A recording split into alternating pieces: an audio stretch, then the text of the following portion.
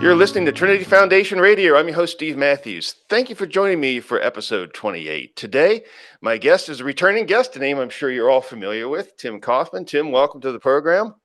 It's great to be here. Great to be back. Outstanding. It's great to have you here. And Tim and I are going to be discussing his paper. It was published as a Trinity review toward the end of 2023. The title of that paper, the Trinity review, I should say, is Julius and the Roman Prerogative. So it's a very interesting paper, and I think you're going to get a lot out of this. Well, Tim, why don't you, to get started here, I thought, I'd like to give the listeners kind of a 35,000 foot view of what we're going to be talking about. As you and I talked about in the pre-interview, some of it's a little bit technical, but let's kind of let them see the forest before we talk about any of the trees here. So the first thing I wanted to ask you about is this, just to get us started.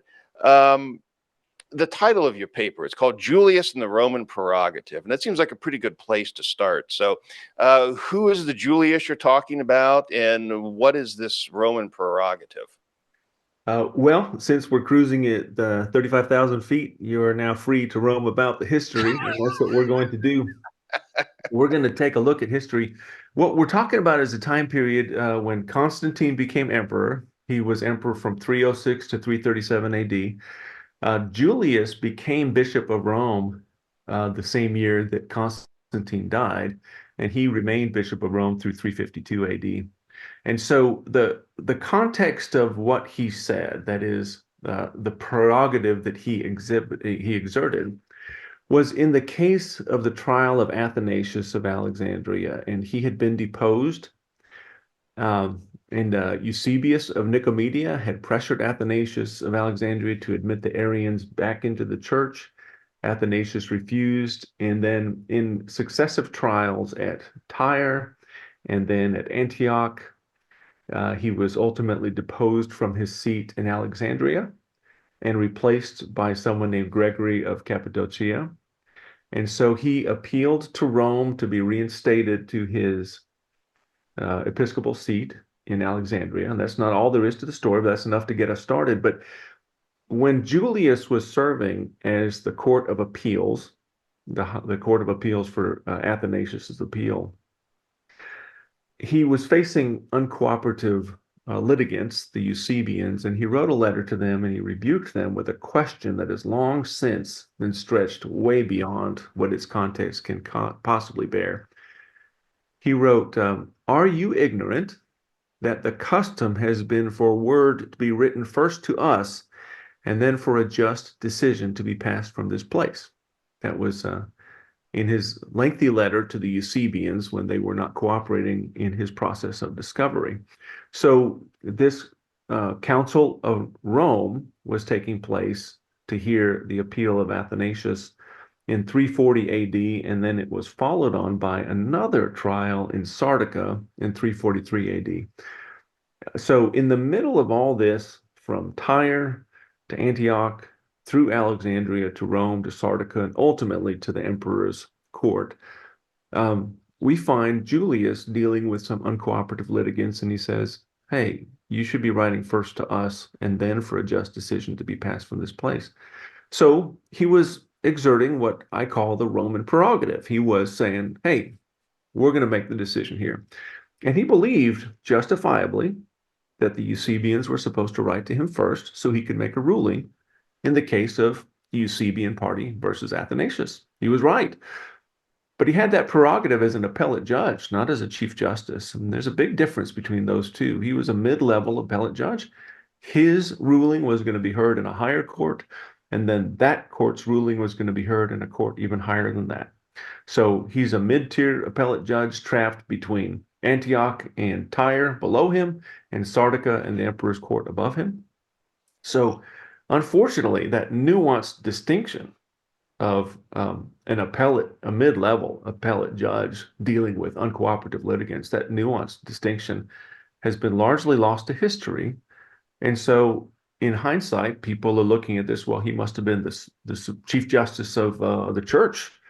So if you look up Julius of Rome on Wikipedia, you'll find a history, in air quotes, that just butchers the meaning of his sentence, and they summarize his episcopate by saying he is notable for asserting the authority of the Pope over the Arian Eastern bishops. That's not true. It's not true. It's absolutely false. The Catholic Encyclopedia does no better, summarizes Julius's letter to the Eusebians saying the Alexandrian Church should have first written to the Pope, that is, the people who deposed Athanasius. And that's not what he was saying. That's most certainly not what Julius was saying. So examining what he actually wrote, that is, examining the Roman prerogative that he exhibited in its historical context, is precisely what the paper was written to do. That was the primary objective of the paper, because that history has so long been overlooked and twisted to say something that doesn't say. So in our analysis, we discover the precise context that completely changes its meaning, and it changes the interpretation of Julius Supreme Chief Justice over the early church into a frustrated mid-level appellate judge dealing with uncooperative litigants. That's a big difference. Yeah, that's an extraordinary difference. I mean, it's almost night and day. And I think you probably would agree with me if I were to say this. I mean that the meaning of Julius' words has been deliberately twisted. Oh, yeah, yeah. Beyond recognition, beyond Yeah, recognition. yeah, really. And I think that you already answered this to some extent, but maybe this is something that we could build on a little bit. The fact your paper focuses on that famous quote from Bishop Julius of Rome. Uh, Quote, are you ignorant that the custom has been for word to be written first to us and then for a just decision to be passed from this place? End quote. So, and again, I think some of this you've already covered, but maybe you want to add to it. How has Rome twisted the meaning of this quote, and why is it important for Christians to understand what Julius really meant?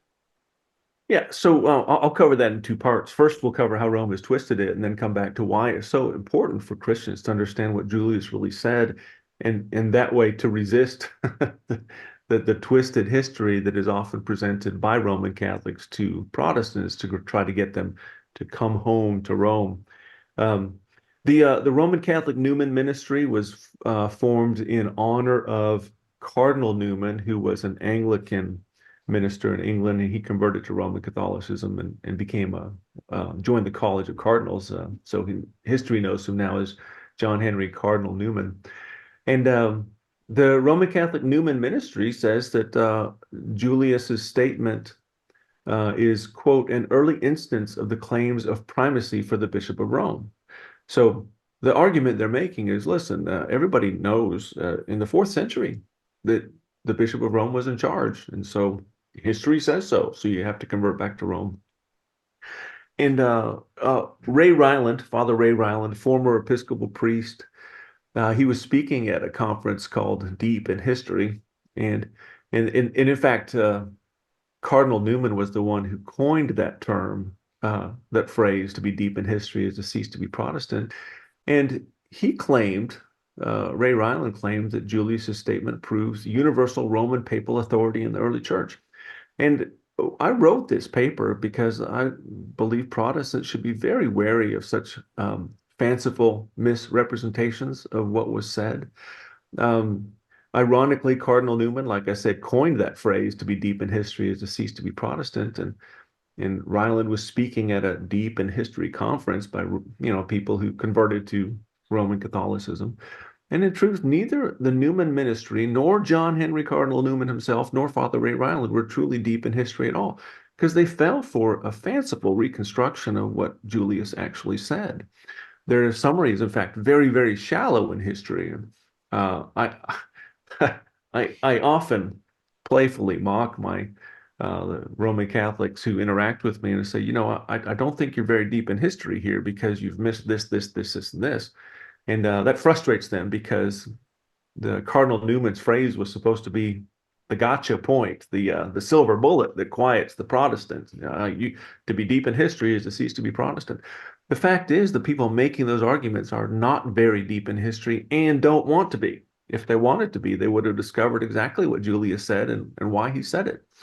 So those historical misrepresentations are why Christians need to know this. It's just one of many falsehoods that Rome has fashioned into very, very effective weapons to bludgeon Protestants into submission and into conversion to Roman Catholicism. Uh, uh, I I mentioned at the in the paper that this is kind of the sequel to the previous paper called Nicaea and the Roman Precedent, which also it details a statement from the Council of Nicaea that has been twisted to make it look like the Bishop of Rome was in charge of everything back then. And again, to be deep in history is to go find out that that's not at all what that canon from the Council of Nicaea meant. So Julius's exchange with the Eusebian party took place in the mid fourth century, and Protestants say, "Oh wow, I guess Roman primacy goes back a long way. So I guess we have to convert." And that's what happened to Newman. That's what happened to Taylor Marshall, who's an online YouTube personality. He used to be an Episcopal priest. It's what happened to Father Ray Ryland, and former Episcopal priest. It's what happened to Cardinal Newman. He thought he got deep in history, found something in the mid fourth century that sounded like Rome was in charge, and he dove in. Now it's interesting. That's a great answer. So I mean, Rome has used a distorted um, interpretation of history to win arguments, to win people over, to win Protestants over to Rome. And of course, I mean, Rome is actively engaged in evangelizing Protestants. I mean, you see quite a bit of this. And, I think that, you mentioned Cardinal Newman, for example. There's actually a Catholic church that's pretty close to where I live. That's named after him, Cardinal Newman, just a few miles from where I am. So, Yeah, in fact, in college, I was at University of Colorado at Boulder, and typically college ministry is going to be called the Newman Club for that reason. It's a uh, he's great inspiration to a lot of Roman Catholics, and he's basically a case study in conversion to Roman Catholicism, and so many attempts to convert Protestants are modeled after him. hmm Yeah, and you mentioned Taylor Marshall, and I know another gentleman. Now, I don't know that he's a Roman Catholic convert, but I'm thinking of Timothy Gordon, for example. I mean, these are people that have substantial presence online. They have YouTube channels, they do videos very frequently, and they are, in many cases. I mean, they're aiming their and I don't know if everything that they do is designed as evangelizing Protestants, but I know that they certainly do a lot of that. And I know there are ministries that are aimed at doing that type of thing apart from them. Well, let me, I'll tell you, Timothy Gordon is, he's what's called a revert because he was raised Roman Catholic, fell away from the church into either atheism or agnosticism or whatever, and then returned to the church. So he considers himself a revert rather than a convert. But he actually, he makes a point. And this is relevant to what the question is that you asked, is he was talking about how he was speaking about the patriarchy, and he was shouted down by some Roman Catholic feminists in up north when he visited. It must have been Notre Dame, and he said, feminism has ruined Northern Catholic women, and so uh, Catholic men need to move south, find a good Protestant, and convert her because the Catholicism has ruined its women, and now they're coming for ours. Now, I say that in tongue in cheek, but that's actually what he said. He advised young Catholic men to move south, find a Protestant woman, and convert her. And you know what they're going to say? They're going to say, well, to be deep in history, it ceased to be Protestant, and Julius of Rome, early instance of papal primacy. So this is really, it's intended as to inoculate the Protestant against the arguments the Roman Catholics going to make to their daughters. That's a great point. I think, yeah, I've heard you mention that quote before. Maybe it was in one of your other podcasts or something. So thank you for bringing that up. That's yeah. This is something that's going on. It's something, that is the attempt to evangelize Protestants. And I think we as Protestants, we need to raise our game. And that's one of the things I really appreciate about the work that you have done. In history, you've gone back and you've looked at these things, and that's some of what we're going to be talking about here. So I think maybe with that as a kind of setting the table here for our discussion, why don't we get into your paper here a little bit? Sure. Um, so kind of moving on here, this is a question I had for you is, after introducing the legal vocabulary of Constantine's judicial reforms, you focus on the history of three councils, Arles in 314 AD, Nicaea in 325, or I should say AD 325. And maybe that's the correct way to put it. And Sardica, AD 343. Why are those three councils so significant to your discussion on Julius' role in the trial of Athanasius? Okay, so in the paper, I walk through those three councils, and Sardica is where we land because Sardica is where Julius's own ruling was appealed and heard 3 years after his ruling on Athanasius. But the disputes that were present and being resolved at Arles and Nicaea were actually had fomented in 305 and 306 AD before Constantine had actually um, come to power, and therefore before Constantine's judicial reforms had taken place. But by the time they're concluded, you find not only that the church has received and understood the judicial reforms, but has actually embraced them and canonized them. And that's what we find in particularly in Nicaea and Sardica, that the appellate process that Constantine initiated ends up getting canonized in the church councils and implemented in the church. So that's why those three councils are so important. And what Constantine did when he came to power, he was the emperor's court was the highest court of appeals, and everybody resorted to that highest court to solve everything, just minor municipal disputes and legal matters all ended up in Constantine's court. And so he actually implemented a reform that that ends up getting embraced by those councils, and he followed the advice. I'm not sure who gave it to him. I suspect it was Bishop Hosius, who presided at the Council of Sardica, but I think Bishop Hosius of Spain probably uh, gave him some guidance here. And Constantine ended up doing something what Moses's father-in-law Jethro had prescribed, because you remember Moses was overwhelmed. From morning to evening, everybody was lined up to bring their questions to Moses, and Jethro said, "That's not right. You should set up a hierarchical appellate process so the small matters can be handled by the smaller courts, and every big matter will come to you. Every great matter they shall bring to you, but every small matter they shall judge." That's Exodus. It's that whole account is Exodus 18:13 to 26. So so what you find and is that Constantine began to implement an appeals process, and so you begin to see the language of his appeals process uh, folded into the vocabulary used by the church in its councils. And a few of those, that's why I start the paper by introducing the appellate vocabulary. Appellatio is Latin for appeal. Infamati is a term that means branded with infamy. An emperor could ruin somebody by branding them with infamy. And in fact, Julius, when he was talking with Athanasius's accusers, said that if they continued to resist his questions in discovery, that they were going to be branded with infamy.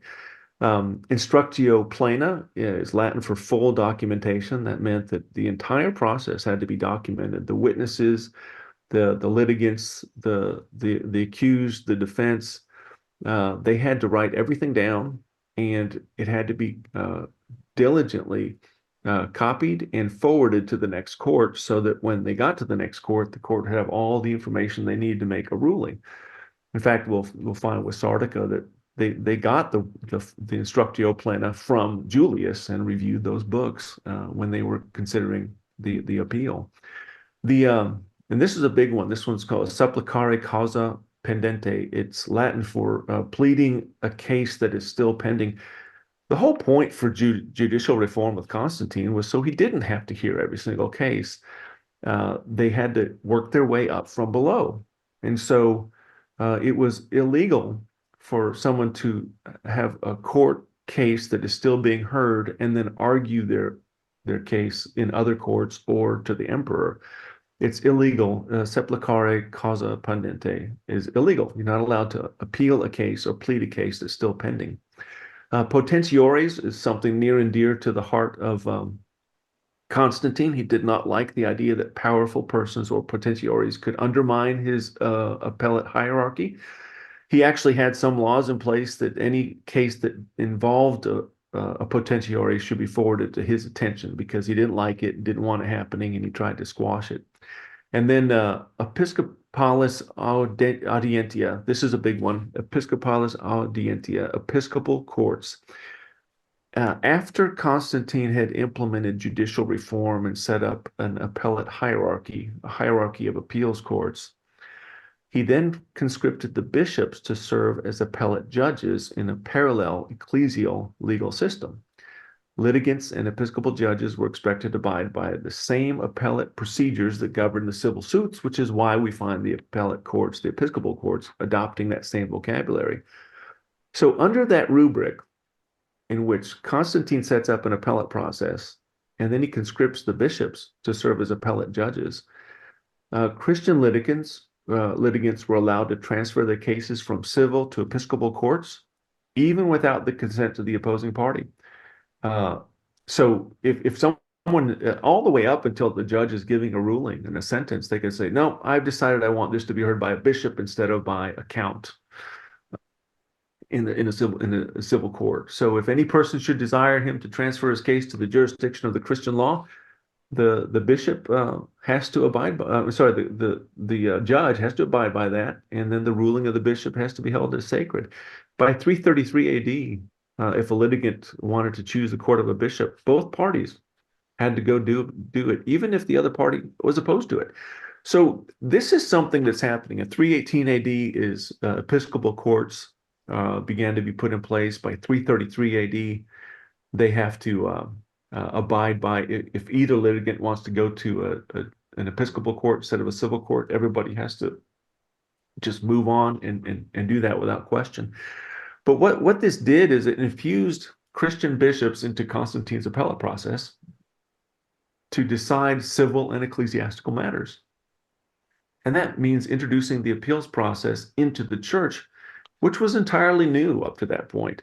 If you study the history of councils and disputes, there's no incidence of an actual appeal from one court or one council to another to hear a case again. Say, well, we don't like what that council said, so let's appeal to a higher court. It begins to happen when Constantine comes to power. And so we look back in history and we find one council says something, another council says something else, it gets appealed to a higher council. Until Constantine, the typical way of resolving these disputes was exchange of letters and opinions. And people would say, well, I disagree with that. Here's my opinion. Well, we like that guy's opinion. Lots of letters went back and forth. What they didn't have was a formal appellate process. And what happens in these councils, you begin to see the church embrace the method of appeals that Constantine had prescribed. And we'll jump into Council of Arles because that was the first case, a significant case. Bishop Secundus of Tagissus had presided over the synod at Cirta in 305 AD. So this is a year before Constantine took power. And this is the Donatist controversy. There were some bishops who had compromised and betrayed the faith during the brutal persecution under Diocletian. And they got together, they kind of pardoned themselves. Secundus pardoned them all. And any further judgment was left to the hands of God. And so, but what happened was in what I consider to be just absolute hypocrisy of the worst form, those same bishops condemned Felix of Aptunga on the same charges and then deposed the bishop of Carthage, who he had ordained. And so they ordained Majorinus in his place in 311 AD. Well, what was to be done? There were two men claiming to be bishops of Carthage. Felix had ordained Caecilianus of Carthage, and then he was deposed and replaced with Majorinus.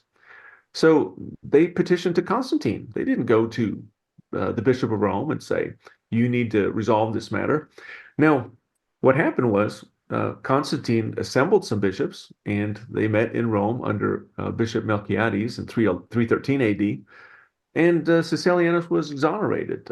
But the Donatists didn't like that, so they appealed again to Constantine. And again, they were requesting a civil trial, and again, Constantine summoned some bishops to handle the case. But notice that the appeal was not to the Bishop of Rome, it was to Constantine. Constantine then assembled some bishops, and the first hearing was in Rome under Bishop Melchiades, and then it was heard again in Arles. So basically, you could say that the bishop's ruling in 311 was heard again. I'm sorry, in 313 AD was heard again in Arles. So Council of Arles is hearing a case that was heard by the Bishop of Rome just the previous year.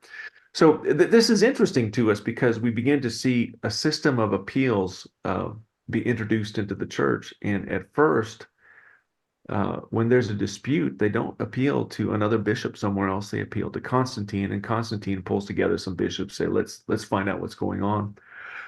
So it provides a glimpse into a dispute that happened before Constantine took power, but was resolved when his system of appellate reform was being put in place. We begin to see the church embrace this.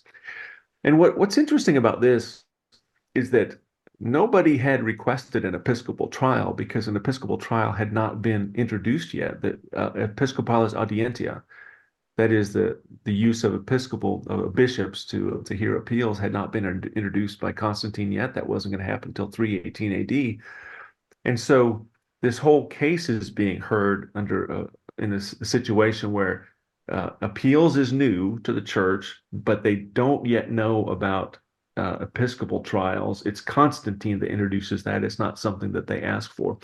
What's funny about that is that when Augustine was writing about this controversy, he actually assumed at first that the Donatists, those who had ended up deposing Caecilianus, had requested an episcopal trial. And that wasn't true. They had not. They, in fact, had requested a civil trial, and it was Constantine that actually assembled the bishops. And Augustine later corrected that in his follow-on letters and acknowledged that, no, they had requested a civil trial. He was wrong to say that they requested an episcopal trial. But here's the takeaway, and this is why it's so significant, is that the church is beginning to get its arms around this idea of an appellate system. And by the time Augustine was writing the history, it was so commonly understood, this concept of episcopal courts hearing cases under the emperor's system of appeals. He just couldn't imagine that they had not taken advantage of that in the trial of Cirta and in Rome and in Arles. He just didn't understand why they had not summoned some bishops to hear it. Well, the fact was that they didn't do it back then. They had barely even begun to embrace appeals, much less episcopal trials. So that's what's fascinating to me as you go back and find out even Augustine misunderstood what happened in this, and then later had to correct it and say, oh yeah, that's right. They did request a civil trial, not an episcopal trial. And that's very, very important to us, because in this period when the church is beginning to embrace appeals, the first time they start embracing appeals, it's appealing to the emperor to hear a case in a civil trial, not appealing to bishops to hear it in an ecclesiastical trial. And that's a very, very big deal. And Nicaea reinforces that for us. So the Council of Nicaea is important for very similar reasons. While the Diocletianic persecution was still raging, Meletius of Lycopolis was convicted of many crimes and excommunicated by Peter of Alexandria at a council in 306 AD. And take note of that date. That's when the same year that Constantine came to power. So the system of appeals is not in place yet. So Meletius continued stirring up discord for many years afterward, and by the time the Arian heresy had arisen, Peter's successor Alexander was crossing swords with him in 324 AD, and Constantine attempted to extinguish that conflagration and implored them to be reconciled. That didn't work, and so Nicaea was convoked to resolve it. And it's important to understand that the Council of Nicaea in 325 is famous for resolving the Arian controversy, but less famous for something else that happened.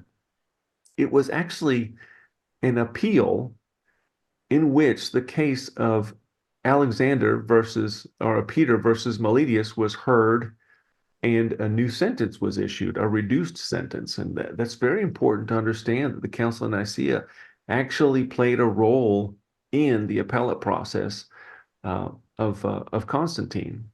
So the what happened is not just that Meletius's case was reheard and his sentence reduced, his sentence of excommunication was reduced, but they also canonized some of Constantine's reforms in Canon 5. So Nicaea, in fact, had served as a court of appeals in the case of Peter of Alexandria versus Meletius of Lycopolis.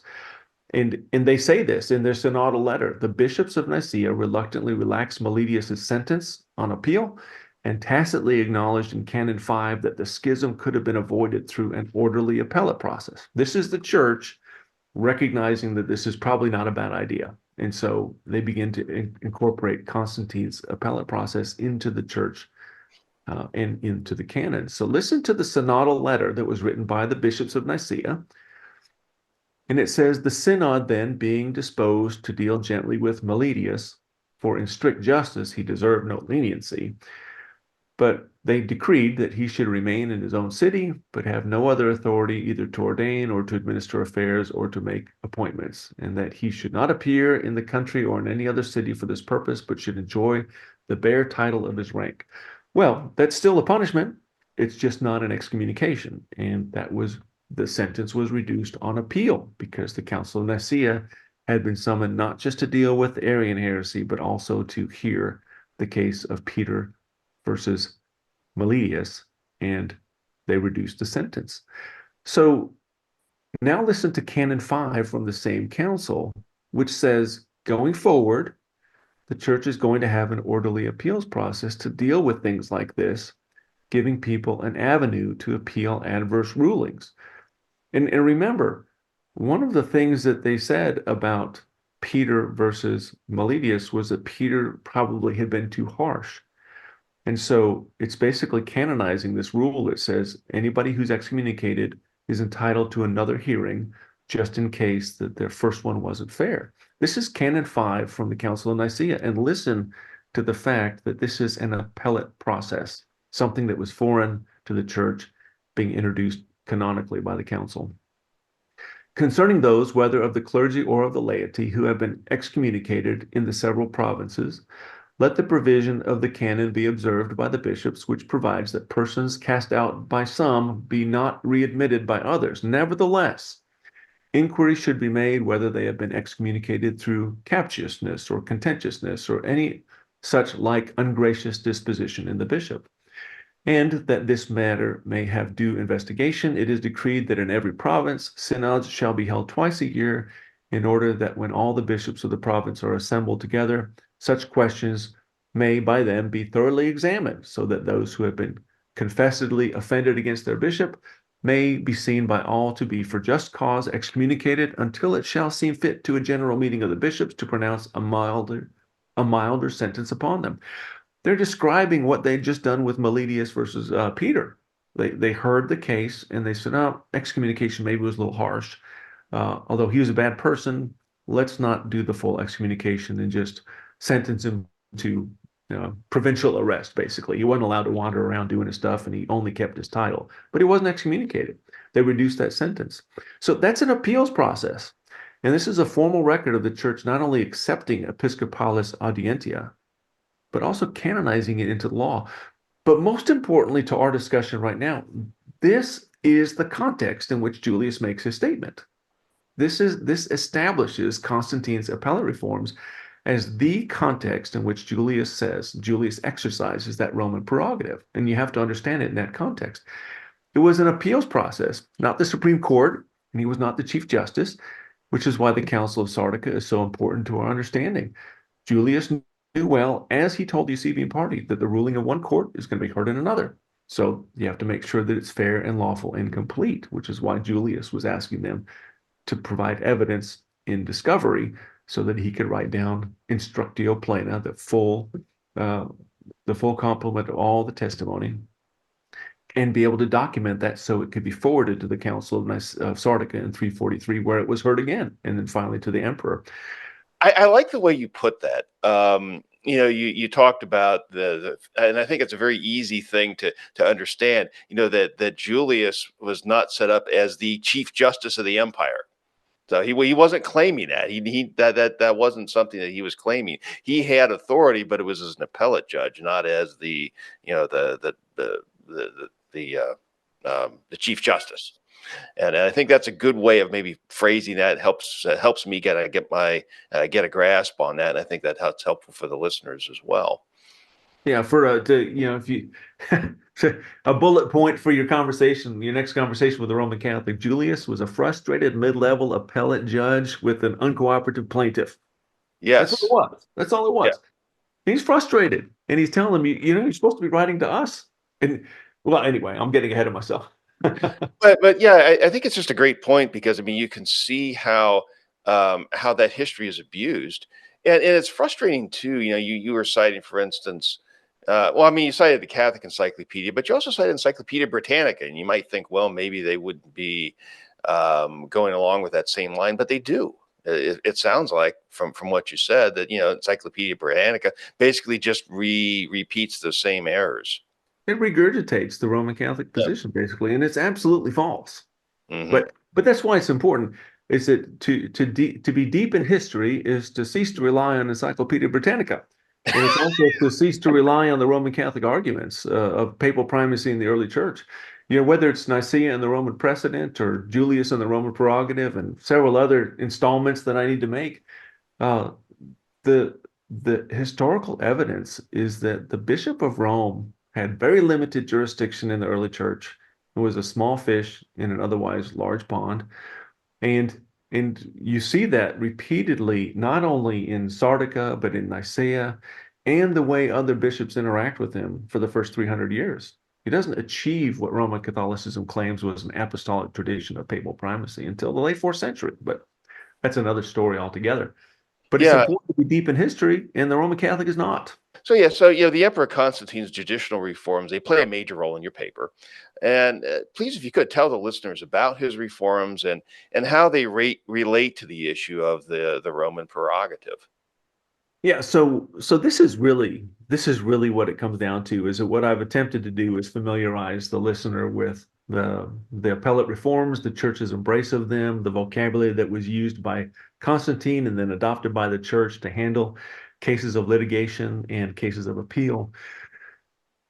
Now it's time to understand, well, what did Julius mean? He said it's custom for you to write to us first, so a just decision may proceed from this place, this church. So if you go into that with the assumption that Roman Catholicism is correct and the Pope has always been in charge, you're going to read that and say, "Yep, see, it's true. The Bishop of Rome is the final court of appeals," which is absolutely not what he was saying. This is what's interesting about this. And if you go back and read Julius's letter and Athanasius's letters about his accusers, they had written repeatedly. They had written repeatedly to Julius. There were multiple letters. In fact, by the time Julius actually says this, that it's custom for you to write to us first, he already had acknowledged two other letters that he'd received from them. So what is he saying now? Why would he say, "Hey, the custom is to write to us first so that a just decision may proceed from this place"?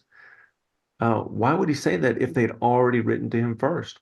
Well, it comes back to Episcopalis Audientia, the episcopal courts that Constantine had put in place. And according to the law that Constantine had laid down, that anybody who wanted to could have their case transferred from a civil court to an ecclesiastical court. And by 333 AD, anybody who wanted it, it was mandatory, even if the opposing party didn't agree with them. So this is something that happened a long time ago. By the time we're hearing this case, the fact that it's mandatory based on whichever party wants it, that's actually pretty recent. But the fact that there were Episcopal courts at all went all the way back almost to the beginning of Constantine's judicial reform.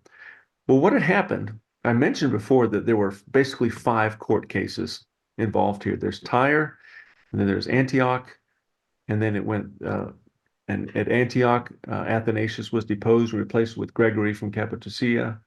And then it goes to Rome, where Julius hears it. It goes to Sardica, where Hosius hears it. And then it finally goes to the emperor's court. So it's 5 court cases, 5 different venues that this is being heard. What folks rarely know is that the first 2 councils were civil, the Council of Tyre and the Council of Antioch, where Athanasius was deposed. They were both civil trials. And the written record shows this. Julius says so. Athanasius says so. They said there was a count, that is a civil officer who presided instead of a bishop, and the jury and the defendants were introduced to the court by soldiers instead of by deacons. They're complaining that those first 2 trials were civil trials. But remember, Athanasius has the option to transfer from a civil court to an episcopal court, and he exercises that right when he goes to Julius of Rome. And in fact, in the letters and in the written record, it states explicitly that when his accusers realized they would not have the advantage of a civil trial and that it was going to be heard in an episcopal court, they began to argue their case before the emperor and in other courts. So they violated 2 precepts. One, Episcopalis Audientius says that anybody at any time can transfer from a civil trial to an episcopal trial. And the second one, Supplicare causa pendente, they're not allowed to plead a case that's still pending. Julius was still collecting evidence and discovery, and when they realized that it was going to be an episcopal trial instead of a civil trial, they decided they're going to start arguing their case in other courts and to the emperor himself. That's what the written record showed. It says explicitly that they changed their approach when they realized it was no longer going to be a civil trial, but an episcopal trial. That's the context. That's the context. They had already written multiple times to Julius of Rome, but when they realized it was going to be an episcopal trial instead of a civil, they started violating supplicare causa pendente, which meant they started appealing to the emperor while the current case was still pending. That's why Julius said, hey, you shouldn't be going over my head on this. I'm the one that's hearing the court case right now. You'll have your chance for appeal later. But for now, you have to write to the Court of Appeal, and that court is still in session. That's the issue. That's a really a remarkable, it's a remarkable historical fact that gets left out with Wikipedia, the Catholic Encyclopedia, Encyclopedia Britannica, that the first 2 cases in which Athanasius was deposed were civil trials. And Athanasius exercised his right under Constantine's reforms to switch to an episcopal trial. When that happened, his accusers stopped cooperating with the court and started pleading their case in other courts and to the emperor, violating the very precepts that Constantine had put in place to prevent the huge backlog that he was seeing in the superior court, the real superior court. So that's why it's so important for Christians to know the history and the context in which Julius says what he said. When you understand the history, you realize he wasn't saying at all that I'm the Chief Justice of the empire and this is the Supreme Court of the empire, or even of the church, because his own ruling was going to be heard in Sardica just a few years later. In your review of Constantine's reforms, as we've been talking about, and the historical survey of the period when the church, in your words, quote, the church initially resisted, then embraced, and finally canonized Constantine's reforms, end quote, you rely heavily on Bishop Julius' letter to Athanasius' accusers. But then in his conclusion, Bishop Julius seems to throw a bit of a monkey wrench into your argument, and you claim the custom, that of allowing the first appellate court to issue its decision before advancing to the next level of appeal, is of relatively recent origin under Constantine. But in his conclusion, Julius says that he is only saying what he had, quote, received from the blessed apostle Peter, end quote. So, how do you answer the obvious Roman Catholic who would argue that writing first to Rome is actually a Petrine apostolic tradition?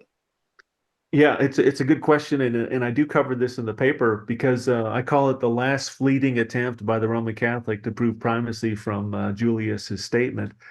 Um, what in As he closed his letter to the Eusebians, having excoriated them for their violation of the custom, he also criticized their attempt to prosecute the matter independently and by the most violent and abusive means. And his entire letter is it's there's a lot of legal argumentation in there, but some very, very pastoral. And in fact, he refers to various things that the apostles Peter and Paul have written and refers back to the Council of Nicaea, as we said before. And it's important to understand this about Julius and in the context of his whole letter. Um, um, he says, he's criticizing how they've behaved. And he says, not so have the constitutions of Paul, not so have the traditions of the fathers directed. This is another form of procedure, a novel practice. Basically, he's criticizing. So I'm sidestepping his quote here a little bit for a second just to add these brackets, but he's criticizing what they've done. He's criticized how they've behaved. And he said, this is not what Paul said. This is not how the fathers have directed. This is another form of procedure entirely. It's a novel practice. Now, continuing with this quote, I beseech you, readily bear with me. What I write is for the common good, for what we have received from the blessed Apostle Peter, that I signify to you. Now, we talked about Ray Ryland. That's the end of the quote. We talked about Ray Ryland and him using this argument about Julius when he gave a speech at the Deep in History conference. And he said, see, this whole thing about writing first to Rome is something he received from Peter. Well, the problem is that's again, that's a very, very shallow view of history that does not take Julius's own letter into account. You have to take, if you're going to quote a letter, that's the context in which the statement is made. And a cursory reading of Julius' letter reveals that he had invoked three authorities in succession: Paul, the fathers, and Peter. He said, not so have the constitutions of Paul, nor the traditions of the Father. In fact, we're only asking you to do what the blessed Apostle Peter signified. So, in fact, Julius had invoked the constitutions of Paul. He advised the Eusebians that they should not have let the sun go down on their vexation. That's a clear reference to Ephesians 4:26. Do not let the sun go down on your wrath. Then he invoked the tradition of the fathers by referring to Nicaea for, quote, your refusal is not becoming, unquote, when the obligation to cooperate is of ancient standing and, quote, has been noticed and recommended by the Great Council. So there's the constitutions of Paul. He says, hey, you should not have let the sun go down on your wrath. You should have dealt with this as Christians. Second, you should be cooperating with this appellate process because the council said so. This is what noticed and recommended by the Great Council. But continuing, he said, what did Julius receive from the blessed Apostle Peter? And that he's now signifying to them. Well, he makes that clear in his next sentence. The problem is the Eusebians had been very, very violent in lording their authority over the sheep. And this is how Julius admonishes them. He says, the people have to grieve for those bishops who are forcibly taken from them, while they are obliged to give over, seeking the bishop whom they desire and receive those that they do not. So that kind of behavior, by the way, is contrary to what Peter himself had instructed bishops in 1 Peter 5:3 as being lords over God's heritage, but not being lords over God's heritage, but being examples to the flock. That's the issue. So yes, he says, I'm advising you what I heard from the Apostle Peter. And then what does he say? You should not have been treating the sheep like this. That's a reference to 1 Peter 5:3. What's interesting about Julius is he never provides citation. He never says, for example, by the way, you should not let the sun go down on your wrath, according to Ephesians 4:26. You should cooperate with appeals according to Canon 5 of Nicaea, and you shouldn't be treating the sheep like this, as instructed by 1 Peter 5:3. Julius never does that. He never provides the citation. He just assumes that the person reading knows what he's talking about. And it's the same case here. He says the constitutions of Peter, Constitution of Paul, the tradition of the fathers, and Peter himself disagree with what you're doing. You should not have let the sun go down on your wrath. You should have cooperated with Canon 5 and Nicaea, and you shouldn't be lording it over the flock. That's it. That's it. When he says, hey, I'm just telling you what Peter says. Yeah, he is. You shouldn't have been treating the sheep this way. And that's the sum. Ray Ryland wrapped up his argument on Julius saying, hey, see, he's telling us himself. He got this from Peter. He didn't get it from Peter. Julius himself acknowledged that when Canon 5 codified the appellate process, it's something that was noticed by the church and accepted by them and adapted. It wasn't something that they had gotten from Peter. That appeals process came from Constantine.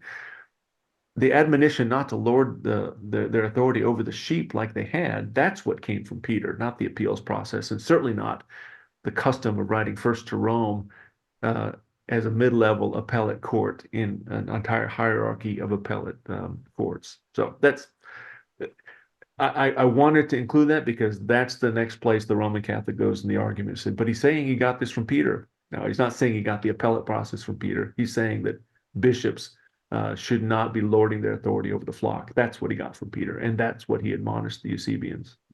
Thank you for clarifying that. And you know, and of course that issue of lording it over the flock, that's one of the major problems of the Roman Catholic Church. They lord it over the flock as a Exactly. church. You know, that is something that they have rejected as a church.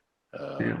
You know, you as a Catholic layman don't have a whole lot of say, if any say at all, in what goes on. You know, you're told when they say, you know, when the Pope says jump, you know, your job is to say how high. Yeah. Yeah, that's right. Yeah, and maybe that's a little bit less now just because of some of the, you know, the Reformation and the like. And maybe they have to come out and make some public appeals, but certainly back prior to the Reformation, you know, you didn't you didn't have discussions with the with the Pope for the most part. I think that's pretty accurate to say, or at all. Maybe that would even be more accurate. I don't know. Yeah, and it's funny that uh, that particular issue when they say and this is another installment that I need to complete in the series, but you know, Clement of Rome wrote to the Corinthians to advise them when a couple of their bishops had been deposed unjustifiably. And I'm sorry, Clement wrote back and he had some advice. He quoted the Proverbs on wisdom and those who reject wisdom. And then he said to the factious ones that had instigated this faction, he said, you should do whatever the majority commands. So, do you know any Roman Catholic parishes where the majority gets to vote on ecclesiastical matters? No, that's just not that's just not how it works. And you know, when there were some bishops in Spain that had been deposed by their congregation, and those bishops went and appealed to Stephen of Rome, but the Spanish congregations wrote to Cyprian of Carthage and said, "Well, what should we do?" And he said, "Do whatever you want. It's you have the authority to choose or dismiss your own bishops." That's not what they do in Roman Catholicism now, and No. it's a vast departure from the practice of the early church, where bishops were selected by the congregation. They were not imposed on them from other places. So it's funny, and the irony is quite severe. The irony you just pointed out is that they lord it over the flock by appointing bishops people don't want and taking away from them bishops that they do. And you hear Roman Catholics complain about that all the time now. You know, when you hear a predatory bishop just gets moved around to another location, they don't want him. The other people wish they could keep their previous bishop, and they're doing the very thing that Julius of Rome said Peter would have prohibited. Yeah. Yeah. All right. Well, I wanted to move on to our next point here. I had a question for you about Constantine. Now, he's known in history as the first Christian emperor, and he does come off, I think, pretty well in your paper.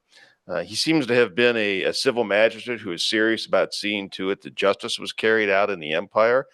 Wanted to ask you, in your opinion, do you think he was in fact a Christian, or is he simply someone who claimed to be a Christian?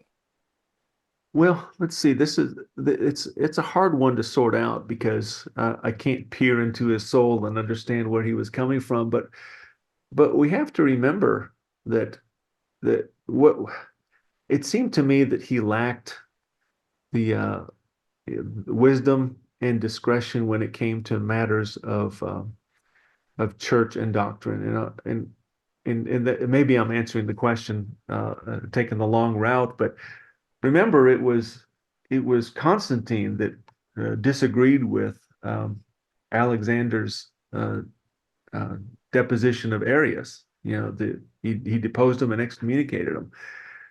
He didn't want that. He wanted them to be reconciled and wanted them to be anybody who wanted to join the church.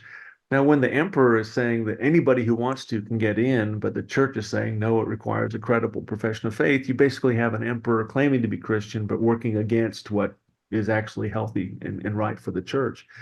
But Constantine did a lot of things that led up to what I consider to be a great falling away or apostasy as it manifested in Roman Catholicism.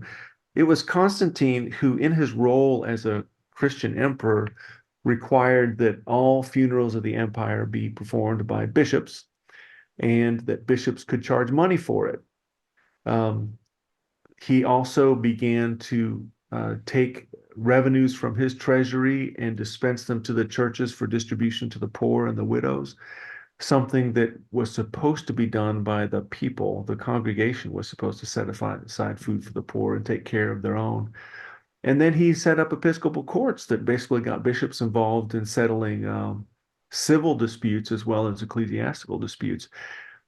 That altogether, you just what can possibly go wrong when bishops begin to have civil power and they basically are tied into um, the the money train from the empire. They start making money on funerals. They start being the ones who distribute the money that comes from the emperor to be given to the poor, and they start settling legal matters in a court of law. Well, everything you can imagine could go wrong with that goes wrong. It was terrible, terrible ideas that the church was doing it out of deference to the emperor. They didn't like the idea of the bishops doing everybody's funerals, much less charging for them. In fact, they criticized some of the bishops for just making a killing on this and charging exorbitant amounts for funerals and getting really, really wealthy. And then because the bishops were in the money line from the distribution of the welfare of the state, they would get lots of money. And basically, the poor would line up at their doorstep to collect their food. And of course, that gave authority to the bishops over people that ultimately turned into a form of an urban militia where the bishop could command these people to go and do his bidding.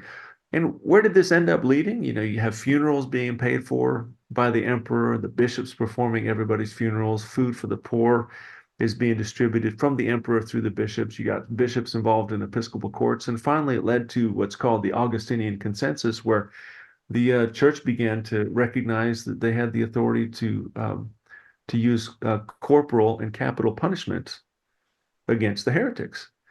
And what happens in a situation like that, where if you punish people for being heretics, corporal punishment, capital punishment, you end up keeping heretics inside the church instead of excommunicating them. Because if you excommunicate them and you could use corporal and capital punishment on them, they have an incentive to stay in instead of an opportunity to leave.